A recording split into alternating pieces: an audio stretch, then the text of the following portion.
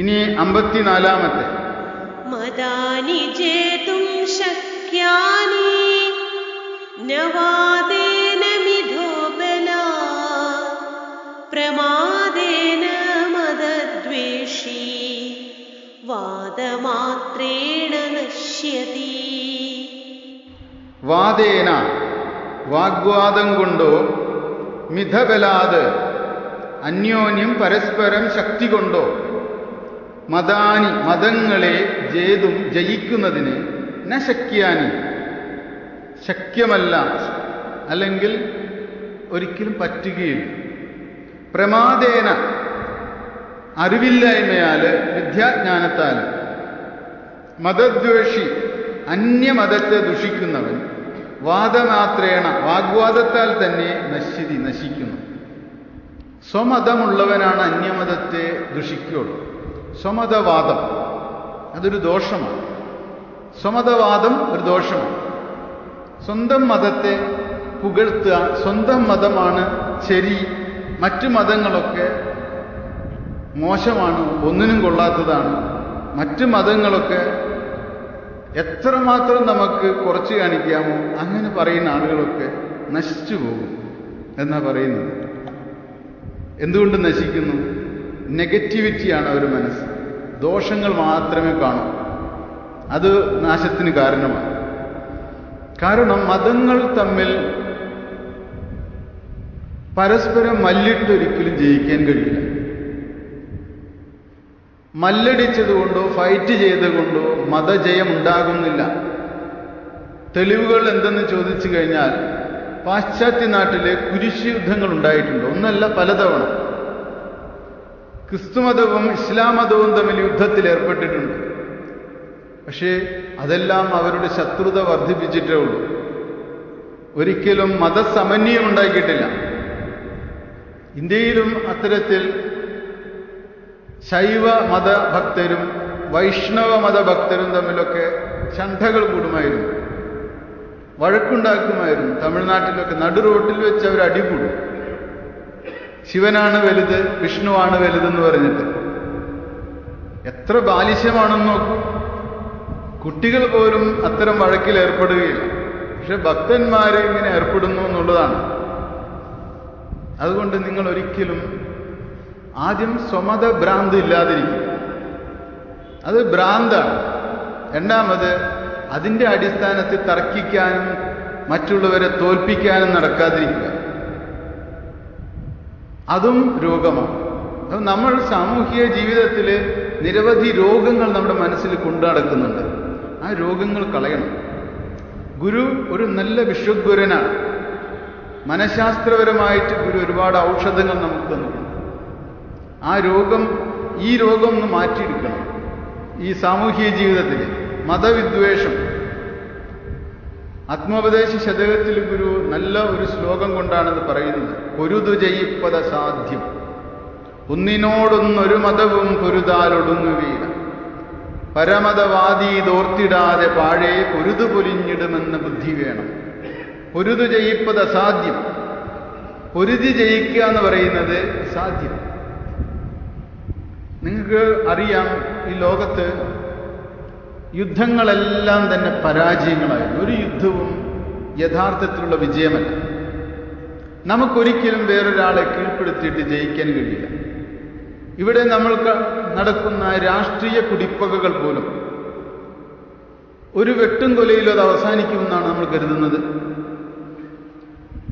രാഷ്ട്രീയ കുടിപ്പകകളിൽ ഒരാൾ കൊല ചെയ്യപ്പെടുമ്പോൾ ആ കൊല ചെയ്യപ്പെട്ടവന്റെ സുഹൃത്തുക്കളും ബന്ധുക്കളും വലിയൊരു ആഘാതമേറ്റ വ്യക്തികളാണ്. അവർ തിരിച്ചടിക്കാൻ സന്നദ്ധമാവുകയാണ്. തിരിച്ചടിക്കുന്നത് വരെയുള്ള ശാന്തിയെ അവർക്കുള്ളൂ. തിരിച്ചടി കിട്ടുന്നവന്റെ സുഹൃത്തുക്കളും ബന്ധുക്കളും വീണ്ടും തയ്യാറെടുക്കുകയാണ് തിരിച്ചടിക്കാനായിട്ട്. ഈ ലോകത്ത് അത്തരത്തിലുള്ള പരിഹാരങ്ങളാണ് രാഷ്ട്രീയ പാർട്ടികൾ ലക്ഷ്യമിടുന്നത്. അവർക്ക് സമവായത്തിൻ്റെ, നന്മയുടെ, തത്വദർശനത്തിൻ്റെ ഒരു വഴിയല്ല, താൽക്കാലികമായ നേട്ടമാണ് രാഷ്ട്രീയം മുന്നോട്ട് വയ്ക്കുന്നത്. അപ്പം നമുക്ക് ഗുരു പറഞ്ഞു തരുന്ന ലക്ഷ്യം പൊരുത് ചെയ്യിപ്പത് അസാധ്യം. ഗുരു ഒരിക്കലും ഒരു പ്രശ്നങ്ങളിലും ഫൈറ്റിംഗ് ഒരു ഉപായമായിട്ടോ മാതൃകയായിട്ടോ നമ്മുടെ മുന്നിൽ വെച്ചിട്ടേ ഇല്ല. ആരോടും മല്ലടിക്കും, വാദിക്കുവാനും ജയിക്കുവാനുമല്ല, അറിയുവാനും അറിയിക്കുവാനും. അത് സമാധാനത്തിൻ്റെ വഴിയാണ്. സമാധാനത്തിൻ്റെ, സ്നേഹത്തിൻ്റെ, സഹിഷ്ണുതയുടെ വഴിയാണ് ഗുരു നമുക്ക് പറഞ്ഞു തരുന്നത്. ഇത് ഈ കൃതികളിൽ നിന്നൊക്കെ നമ്മൾ സ്വായത്തമാക്കണമായിരുന്നു. ചരിത്രം 100 വർഷങ്ങൾ കഴിഞ്ഞ് ഈ കൃതി എഴുതിയിട്ട് ഒരു 3-4 തലമുറകളെങ്കിലും മണ്ണടിഞ്ഞു പോയിട്ടുണ്ട് ഈ കൃതി എഴുതിയതിന് ശേഷം. പക്ഷേ അവരൊക്കെ സമാധാനത്തിലൂടെ, സമവായത്തിലൂടെ കടന്നു വന്നവരായിരുന്നെങ്കിൽ ഇന്നത്തെ ജനതതി കുറച്ചുകൂടി ശാന്തമായ ജീവിതത്തിൻ്റെ വക്താക്കളാകുമായിരുന്നില്ല. പക്ഷെ അത് നമുക്ക് കാണാൻ കഴിയുന്നില്ല. എന്നത്തേക്കാളും അസഹിഷ്ണുതയും പ്രക്ഷുബ്ധതയും ഒക്കെ സാമൂഹിക അന്തരീക്ഷത്തിൽ നിലനിൽക്കുന്നു. അവരോട് പോയി ചോദിക്കാം, ഗുരുദേവനെ അറിയുമോ എന്ന്. അവർ വാ പൊളിച്ച് പറയാം, ആ ഗുരുദേവൻ എന്ന് പറയുന്ന ആരാണ്?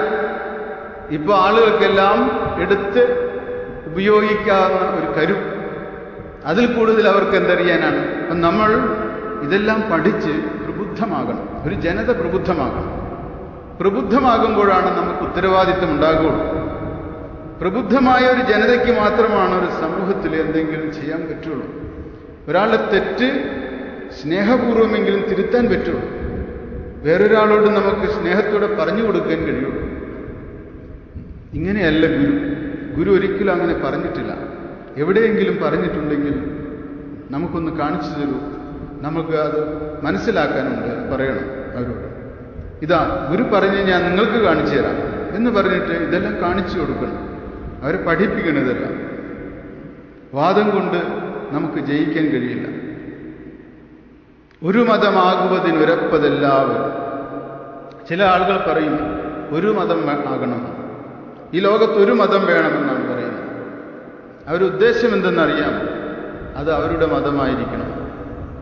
അത് നടപ്പിലാകുമോ ഈ ലോകത്ത്? ഒരു ക്രിസ്ത്യാനി പറയുന്നു ഞങ്ങളുടെ മതം മതി, മറ്റു മതങ്ങളൊക്കെ ഉപേക്ഷിച്ചോളൂ എന്ന്. അത് സമ്മതിക്കുമോ? ഒരു ഹിന്ദു പറയുന്നു ഞങ്ങളുടെ മതമാണ് ശ്രേഷ്ഠം, നിങ്ങൾ നിങ്ങളുടെ മതം വിട്ട് ഞങ്ങളുടെ മതത്തിലേക്ക് വരൂ. അത് മതപരിവർത്തനത്തിൻ്റെ രീതി. അത്തരം മതപരിവർത്തന പ്രവണതകളൊന്നും ഗുരു അങ്ങനെ പ്രോത്സാഹിപ്പിച്ചിട്ടില്ല. മതപരിവർത്തനത്തിൻ്റെ ആവശ്യമൊന്നുമില്ല. ഇപ്പൊ മതം, നിങ്ങൾ ജനിച്ചു, ഒരു മതത്തിൻ്റെ പിന്നിൽ നിങ്ങൾ ജനിച്ചു വീണു. നിങ്ങൾ മതത്തെ നിന്ദിക്കുകയോ മതത്തെ തള്ളിപ്പറയുകയോ വേണ്ട. പക്ഷെ മതത്തിൻ്റെ സാരം അറിയണം. വേറൊരു മതത്തെ തള്ളാനും കൊള്ളാനും പോകണ്ട.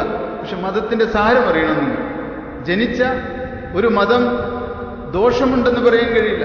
മതത്തിൻ്റെ പിന്നിൽ ഉള്ള എല്ലാ ആ മതവക്താക്കൾ അനുഭൂതി സമ്പന്നരായിരുന്നു, ഈശ്വരാനുഭൂതിയുള്ളവരായിരുന്നു. ബുദ്ധന് ജ്ഞാനമുണ്ടായിരുന്നു, നിങ്ങൾക്ക് ജ്ഞാനമുണ്ടാകും. നിങ്ങൾക്ക് ബുദ്ധനോളം ഉയരാൻ കഴിയും. വർദ്ധമാന മഹാവീരനുണ്ടായിരുന്നു, ജീസസ് ക്രൈസ്റ്റിനുണ്ടായിരുന്നു.